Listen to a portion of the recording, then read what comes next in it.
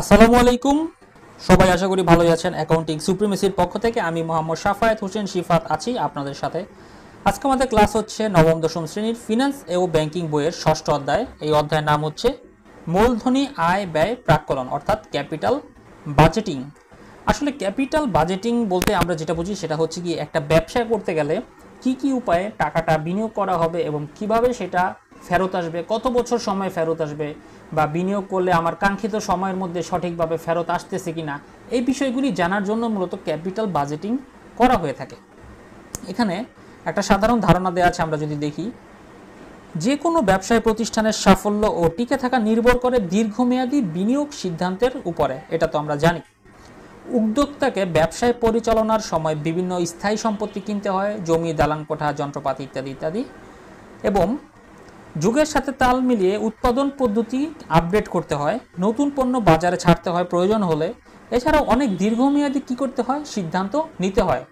তো এই সব সিদ্ধান্ত কোম্পানির জন্য কতটুকু লাভজনক হবে বা আদৌ লাভজনক হবে কিনা সেগুলো জানার জন্যই কি করা হয়, এই ক্যাপিটাল বাজেটিং ব্যবহার করা দরকার হয়। আর এই যে এখানে স্পষ্টভাবে লিখে দিয়েছে যে অর্থায়নের যেসব পদ্ধতি, মানে অর্থায়ন বলতে আমরা ফিন্যান্স, এই ফিন্যান্স যেটাকে বলা হয়, সো এই যে ইনভেস্টমেন্ট করা হয় বা ইনভেস্ট করা হয়, এই ইনভেস্ট করার বা অর্থায়ন করার যেসব পদ্ধতি বা নীতিমালা দীর্ঘমেয়াদে বিনিয়োগ সিদ্ধান্ত গ্রহণে সাহায্য করতে পারে সেই সকল পদ্ধতি জানবো। সো এটা একটা সিস্টেমেটিক্যাল প্রসেস, মানে একটা সিস্টেমের মধ্যে দিয়ে যেতে হয়। যে আমি যে কথাগুলো বললাম, যে একটা নতুন পণ্য বাজারে ছাড়বো, উৎপাদন পদ্ধতির উন্নতি করব বা আধুনিক করব, কিংবা নতুন একটা পণ্য বাজারে, এই সব কিছু আমার ব্যবসা প্রতিষ্ঠানের জন্য লাভজনক হবে কি হবে না, এই জিনিসটা নির্ণয় করে যেই মাধ্যমে, সেটাই কি ক্যাপিটাল বাজেটিং। আর এই ক্যাপিটাল বাজেটিং করার জন্য 3 থেকে 4টা বা 5টা পদ্ধতি আছে, সেগুলো নিয়ে আমরা আলোচনা করব। এই সিদ্ধান্তগুলো যখন নিতে হয় তখন আমাদেরকে ক্যাপিটাল বাজেটিংয়ের এই 4-5টা সূত্র দিয়ে সেই সিদ্ধান্তগুলো আমরা নিতে পারবো। আমরা নিচের দিকে যাই। এখানে একটা ভালো উদাহরণ দেওয়া আছে মূলধন বাজেটিং, অর্থাৎ মূলধন কিভাবে কালেকশন করা যায় বা কিভাবে ব্যবহার করা যায় সেটা নিয়ে। আমরা একটু বাংলাটাই পড়ি। 3 বন্ধু রহিম, করিম ও শঙ্কর আলাদা আলাদা ব্যবসা করেন। কিছুদিন ধরে রহিম তার মুদির দোকানের জন্য একটা ফ্রিজ কেনার চিন্তা ভাবনা করছে। 6 মাস আগে করিম কি করছে, একটা সেলাই মেশিন দিয়ে তার দর্জির ব্যবসা শুরু করছিল। অতিরিক্ত চাহিদার কথা চিন্তা করে সে কি করছে, আরেকটা সেলাই মেশিন কেনার সিদ্ধান্ত নিছে। আর আরেকদিকে কি করছে, শঙ্কর একটা আধুনিক সেলুন ব্যবসা শুরু করার জন্য নতুন আসবাবপত্র, হুইল চেয়ার, চুল কাটার ট্রিমার ইত্যাদি কেনার চিন্তা করতেছে। তারা কিন্তু এখনো চিন্তা করতেছে। এখানে মুদির দোকানের ফ্রিজ, দর্জি, ব্যবসা সেলাই মেশিন এবং সেলুনের হুইল চেয়ার ও চুল কাটার মেশিন কেনার সিদ্ধান্ত এক একটি কি দীর্ঘমেয়াদী বিনিয়োগ সিদ্ধান্ত। যার যার জায়গা থেকে কি এগুলো দীর্ঘমেয়াদী বিনিয়োগ করা হয়, কারণ চুল কাটার যে আসবাবপত্র, সেলুনের জন্য যে প্রয়োজনীয় যন্ত্রপাতি কিনে, এগুলো কিন্তু একদিনই শেষ হয়ে যায় না, এগুলো দীর্ঘ সময় ধরেই মানুষকে সেবা দিতে ব্যবহার করা হয়। পাশাপাশি কি এই যে সেলাই মেশিন দিয়ে কিন্তু দীর্ঘ সময় ধরে কাপড় সিলানো হয়, তো এটা একটা দীর্ঘমেয়াদী বিনিয়োগ।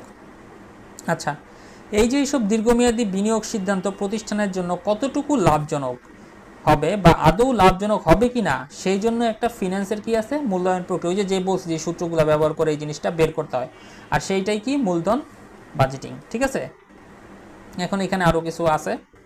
মূলধন বাজেটিংয়ের গুরুত্ব কি, কেন মূলধন বাজেটিং করাটা গুরুত্বপূর্ণ সেখানে দেওয়া আছে। মুনাফা ক্ষেত্রে কি কি কাজে লাগে, এই যে।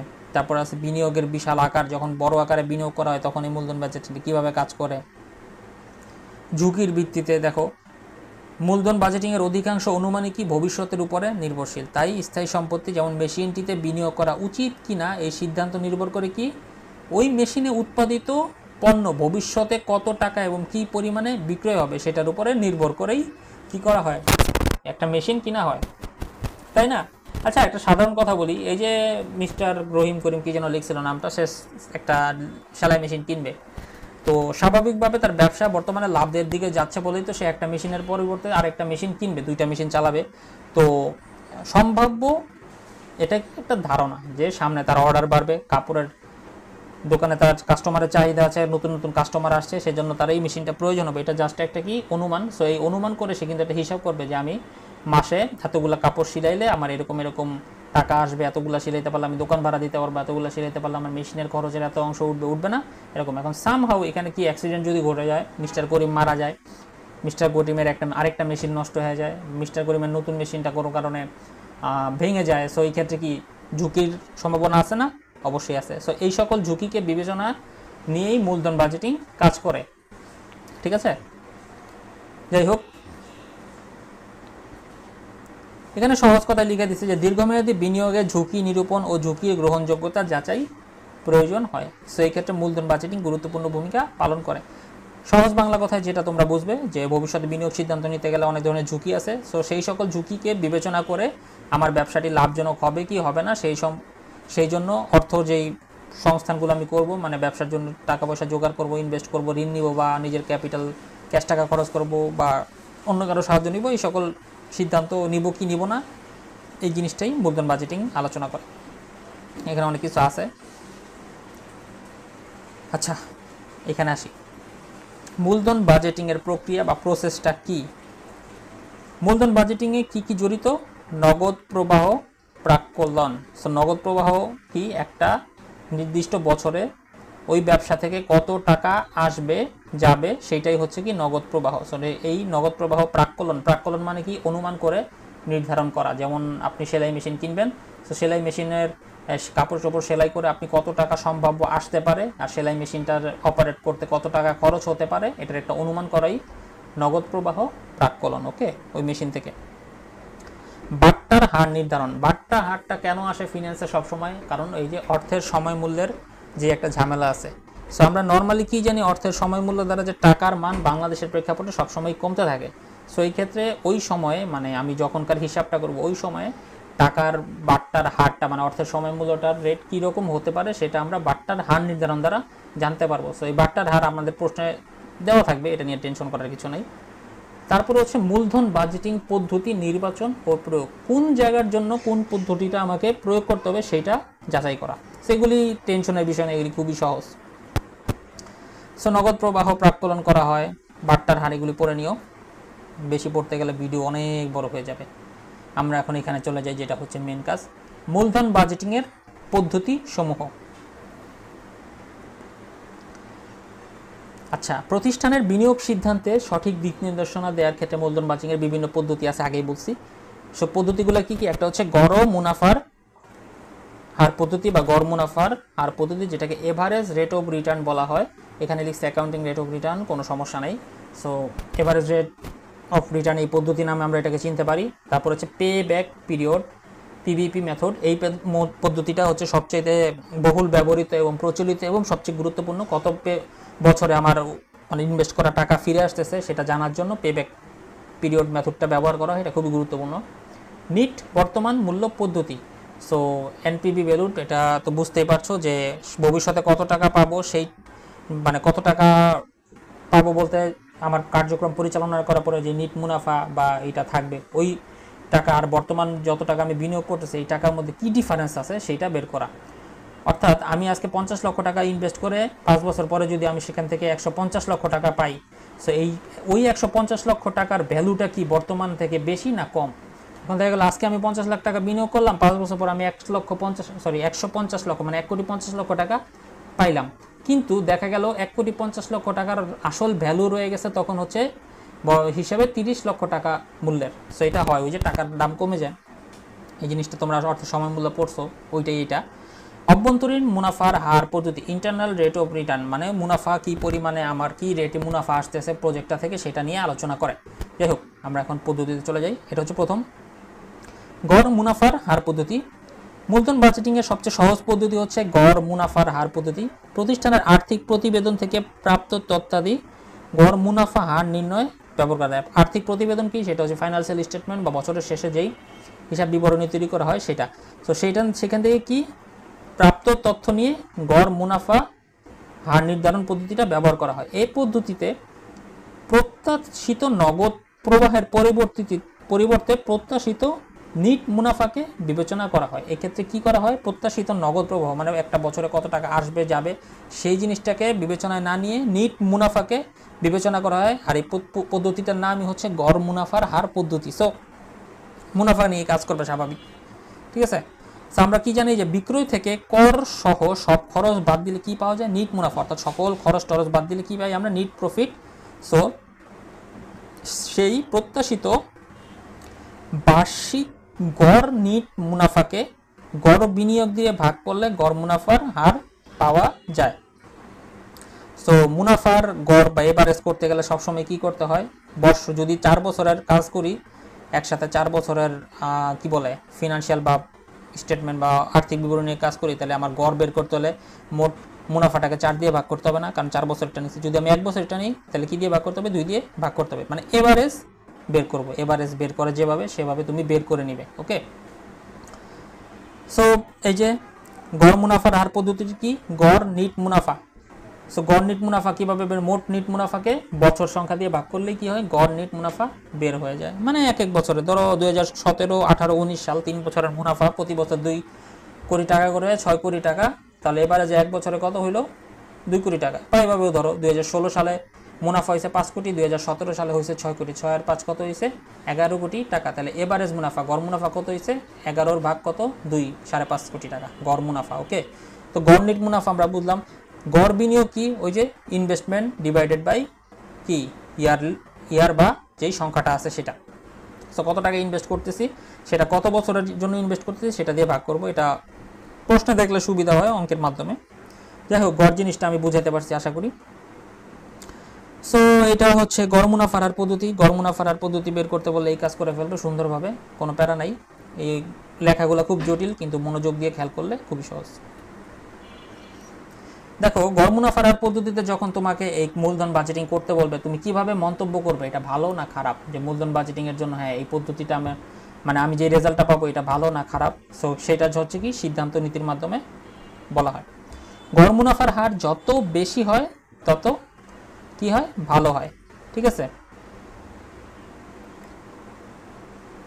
ব্যাংক থেকে ঋণ নিয়ে যদি কোনো প্রজেক্টে অর্থায়ন করে তবে কি হয়, ব্যাংকের একটা চাহিদা থাকে। গড় মুনাফার হার ব্যাংক সুদ অপেক্ষা কম হলে কি হয়, ঋণ পাওয়া যায় না। সো ব্যাংক যখন আপনার কোনো প্রতিষ্ঠানকে ঋণ দেয় তখন দেখা যায় তার প্রফিটটা কেমন। সো প্রফিটের রেটটা যদি ভালো থাকে অবশ্যই ব্যাংক কী করে, তাকে ঋণ দিতে আগ্রহী হয়। ব্যাংকের ঋণের একটা সুদ ইন্টারেস্ট রেট থাকে, তাই না? ওই ইন্টারেস্ট রেটটাকে ওই মুনাফার হারের সাথে তারা বিবেচনা করে। এটা তো এখন না বুঝলেও চলবে, এটা একটু বড় জিনিস। যাই হোক, তোমরা যেটা মনে রাখবে সেটা হচ্ছে গড় মুনাফার হার যত বেশি হয় তত ভালো হয়। ওকে, এখানে বড় একটা আছে, এই যে দেখো প্রজেক্ট ক। তো তুমি এখন একজন ফাইন্যান্সিয়াল অ্যাডভাইজার বা তুমি একটা সিদ্ধান্ত গ্রহণ করবে, তো তোমার কাছে কিছু প্রজেক্টের তথ্য আসছে। এখন তুমি গড় মুনাফা হার বিবেচনা করে বের করবে যে প্রজেক্টে অর্থায়ন করা ভালো, লাভজনক হবে নাকি হবে না। সো বছর 1, বছর 2, বছর 3, 3টা বছরের তথ্য কি কি দেওয়া আছে, বিক্রয় দেওয়া আছে, চলতি ব্যয় আছে, কি কি খরচ আছে, স্থায়ী খরচ কি কি আছে সেটাও দেওয়া আছে, অবচয় অবশ্যই আছে, করযোগ্য মুনাফা যদি মুনাফা হয়ে থাকে সেটা থাকবে, আর যদি ক্ষতি হয়ে থাকে সেটাও থাকবে, ট্যাক্স রেট বা করের হার কত সেটাও দেওয়া আছে, আর নিট মুনাফা বা নিট ক্ষতি হইলে কি হবে সেটাও দেওয়া আছে। ঠিক আছে, এখানে আমরা কি করব, প্রথমে 8 লক্ষ, এগুলি সব লক্ষ টাকায়। সো প্রথম বছরে বিক্রয় আছে 8 লক্ষ টাকার একটা বিক্রয় আছে প্রতিষ্ঠানে। বিক্রয়ের জন্য যে খরচগুলি আছে সেটা হচ্ছে 3,20,000 টাকা, স্থায়ী খরচ 5 লক্ষ টাকা, অবচয় হচ্ছে কি, যে সকল স্থায়ী সম্পত্তিগুলি আছে প্রতিষ্ঠানের সেগুলোর অবচয় কীভাবে বের করে সেটা জানো। সো কোনো প্রতিষ্ঠানে যদি 10 লক্ষ টাকা দামের একটা জিনিস কিনে, স্থায়ী সম্পত্তি যেটা অবচয় ধরা যায়, এটার প্রতি বছর অবচয় যদি 4 বছরের জন্য ব্যবহার করে, প্রতি বছরে প্রায় কত 2,25,000 টাকা বা 50,000 টাকার মতো একটা অবচয় আসবে। তো এটা একটা আনুমানিক হিসাব এখানে দিছে, 33 লক্ষ টাকা অবচয়। তারপর আছে করযোগ্য মুনাফা বা ক্ষতি। তো প্রথম বছরে দেখা গেছে তাদের সেলস হয়েছে মাত্র 8 লক্ষ টাকা, খরচ হয়েছে 3,20,000 টাকা, এর মধ্যে স্থায়ী খরচও আছে 5 লক্ষ টাকা, অবচয় গেছে 33 লক্ষ টাকার অবচয়, মানে ওই যে স্থায়ী সম্পত্তি ব্যবহার হয়েছে ওই বছর।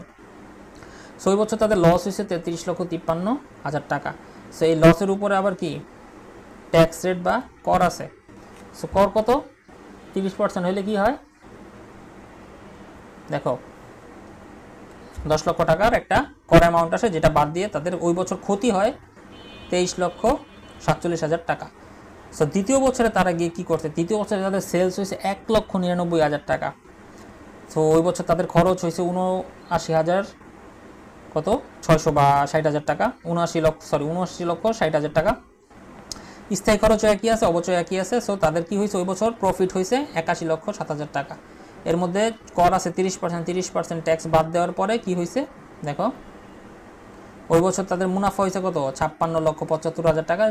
ঠিক একইভাবে তৃতীয় বছর তাদের ৬,৭৭,০০০ টাকা লাভ হয়েছে। তো প্রথম বছর লস হয়েছে, দ্বিতীয় 2 বছর কী হয়েছে তাদের লাভ হয়েছে। তাহলে এখানে এভারেজ প্রফিটটা কীভাবে করব, এই যে 3 বছরের প্রফিট যোগ করবো। এখানে 3 বছরের প্রফিট কি আছে নাই, 2 বছরের প্রফিট আছে, আর আরেক বছরের যেহেতু লস আছে লসটা কী করবো আমরা বাদ দিয়ে দিব।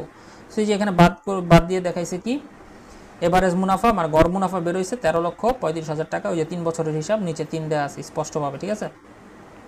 এখানে আছে কি ইনভেস্টমেন্ট, কত টাকা ইনভেস্টমেন্ট করছিল 1 কোটি টাকা। 1 কোটি টাকা স্থায়ী সম্পত্তির ইনভেস্টমেন্ট। এই যে এখানে 33,33,০০০ টাকা, 3টা যোগ করলে 1 কোটি টাকাই হয়। এটাই হচ্ছে মেন ইনভেস্টমেন্ট যেটা তারা করছিল। ওকে, তো এই যে গড় বিনিয়োগ বের করছে কত 100 + 0 ডিভাইডেড বাই কত 2। গড় বিনিয়োগ হচ্ছে 2 বছরের, কারণ এখানে 2 বছর লাভ আসছে, সো লাভেরটা এখানে নিয়ে নিছে। সো তাদের গড় মুনাফার হার বের করছে ওই যে যেটা গড় মুনাফা ছিল ডিভাইডেড বাই গড় বিনিয়োগ। সো তাদের এভারেজ যেই মুনাফার হার ছিল সেটা বের হয়েছে 26,70%। ওকে, সো এটা শেষ। দেখো এই যে এখানে লিখছে প্রকল্প খ, প্রকল্প ক এর ন্যায় ক্ষয়ের আয়ুষ্কাল 3 বছর, প্রাথমিক বিনিয়োগ 1 কোটি, 3 বছর প্রকল্পটি থেকে এত টাকা আসবে, চলতি খরচের পাশাপাশি স্থায়ী খরচ প্রতি বছরে এত হয়, অবচয় বাবদ এত যায়, ঠিক আছে। কর হার এত আছে, গড় মুনাফা নির্ণয় করো, এই যে সেম। ওকে, যেই বছর লস হয় সেই বছর গড় ইনভেস্টমেন্টের হিসাবে আসে না। এটা হচ্ছে এই অঙ্কের অন্যতম গুরুত্বপূর্ণ ধাপ। আচ্ছা, এইটা আমরা বুঝে ফেলছি, এখানে আর কিছু নাই। গড় মুনাফা কীভাবে বের করতে হয়। এখন আসি পে ব্যাক পিরিয়ড বা পে ব্যাক টাইম হচ্ছে কত বছরের মধ্যে তোমার বিনিয়োগকৃত অর্থটা ফেরত আসবে, সেটাই হচ্ছে পে ব্যাক পিরিয়ড বা পে ব্যাক টাইম। এখানে দেখো পে ব্যাক পিরিয়ড নির্ণয় করার সূত্র কি, বিনিয়োগ ভাগ হচ্ছে বার্ষিক নগদ প্রবাহ। বিনিয়োগটা তো বুঝি আমরা 1 বছরে যত টাকা বিনিয়োগ করি সেটা, আর বার্ষিক নগদ প্রবাহ হচ্ছে একটা বছরে কত পরিমাণ টাকা আমার ব্যবসা থেকে ক্যাশ হিসেবে উঠে আসছে ব্যবসা থেকে, ঠিক আছে। সেটাই হচ্ছে বার্ষিক নগদ প্রবাহ। সহজ একটা উদাহরণের মাধ্যমে দেওয়া আছে, দর্জির দোকানের মেশিন কিনতে প্রয়োজন কত 15,000 টাকা। সেই মেশিনটি ব্যবহার করে তার ব্যবসা থেকে আগামী 4 বছর বার্ষিক 5,000 টাকা করে নগদ প্রবাহ নিশ্চিত করতে পারবে। ওই যে সে একটা আনুমানিক সিদ্ধান্ত নিছে, সে জানে কত টাকা আসে একটা মেশিন থেকে। আর একটা মেশিন আনলে তার প্রতি বছর কত টাকা করে আসবে সেটা সে একটা আইডিয়া করে নিছে যে প্রতি 4 বছরের সামনে 5,000 টাকা করে আসবে। সো এই ক্ষেত্রে তার পে ব্যাক পিরিয়ড বা তার পে ব্যাক টাইমটা কত হবে, দেখো মেশিন কিনতে লাগতো হচ্ছে 15,000 টাকা, আর প্রতি বছরে কত আসবে, সে 5,000 টাকা করে টাকা তার ব্যবসা থেকে তুলে আনতে পারবে। সো তার ওই যে 15,000 টাকা তুলে আনতে কত সময় লাগবে, 3 বছর। সহজ হিসাব, খুবই সহজ। আবার দেখো ব্যবসা বা প্রকল্প থেকে আগত নগদ প্রবাহ অনেক সময় সমান নাও হতে পারে। ওই যে সে চিন্তা করছে প্রতি বছর 5,000 করে আসবে, এটা নাও হতে পারে। কোনো বছর 2,000 আসতে পারে, কোনো বছর আবার 10,000ও আসতে পারে। সো সেই ক্ষেত্রে কি করতে হয়, এই ক্ষেত্রে একটা গুরুত্বপূর্ণ ধাপ, সেটা হচ্ছে ক্রমযোজিত নগদ প্রবাহ ব্যবহার করে পে ব্যাক টাইম বা পিরিয়ড নির্ণয় করা হয়। এই জিনিসটা তোমরা শিখে ফেলবে, এটা মাস্ট বি, সব জায়গায় কাজে লাগবে। ওকে, দেখো অঙ্কের মাধ্যমে করি। এই যে এটা একটা প্রশ্ন,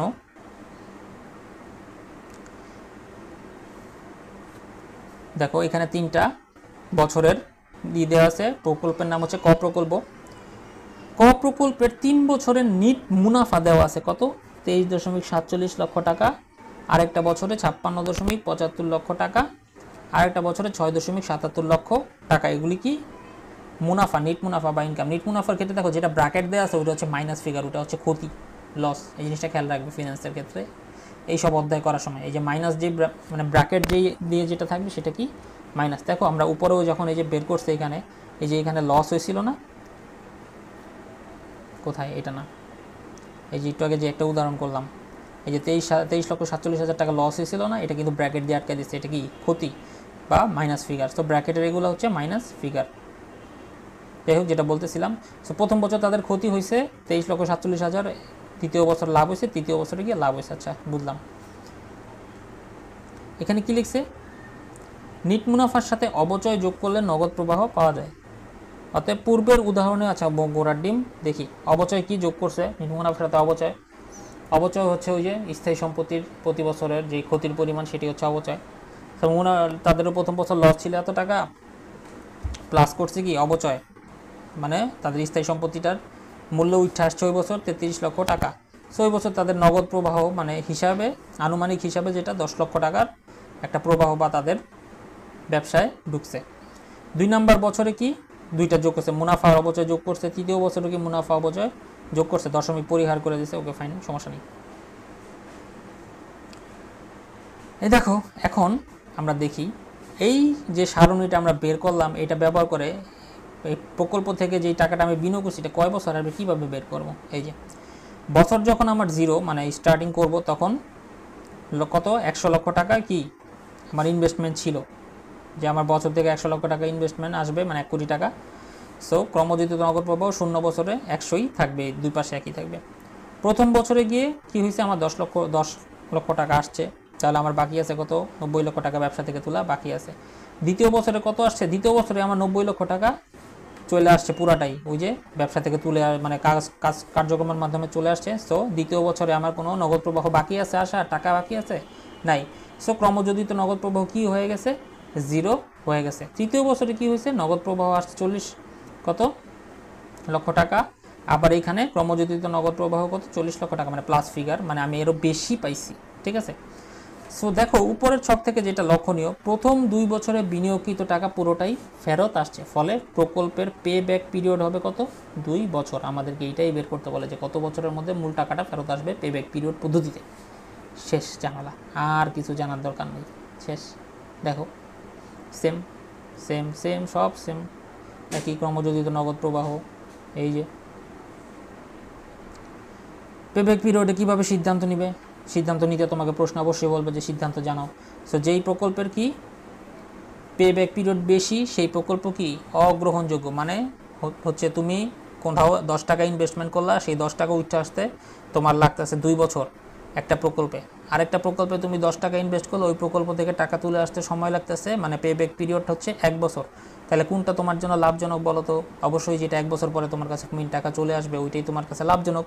সো তুমি কোনটা চুজ করবে, যেটা কম পে ব্যাক পিরিয়ড সেটা, কি বললাম, যেটার পে ব্যাক পিরিয়ড কম সেটাই তুমি সিলেক্ট করবে। এই হচ্ছে হিসাব। পে ব্যাক পদ্ধতির কিছু সীমাবদ্ধতা আছে, এটা তোমরা পড়ে নিবে। আশা করি মূলধন বাজেটিংয়ের এই দুইটা পদ্ধতি তোমরা খুব ভালোভাবে মাথায় নিয়ে ফেলছো। পে ব্যাক পিরিয়ডটা অবশ্যই করে ফেলো। আর এভারেজ যেটা আছে, এভারেজ রেট অফ রিটার্ন, অভ্যন্তরীণ গড় মুনাফার পদ্ধতি, এটাও আসে, দুইটাই আসে, দুইটাই গুরুত্বপূর্ণ, কোনোটা না কোনোটা আসবেই। সো দুইটাই মনোযোগ দিয়ে পড়ো। আজকে ভিডিও পর্যন্তই, ভালো থাকবে সবাই, আসসালামু আলাইকুম। আর যদি নতুন হয়ে থাকে অ্যাকাউন্টিং সুপ্রিমেসি ইউটিউব চ্যানেলে কিন্তু অবশ্যই সাবস্ক্রাইব করে ফেলবে।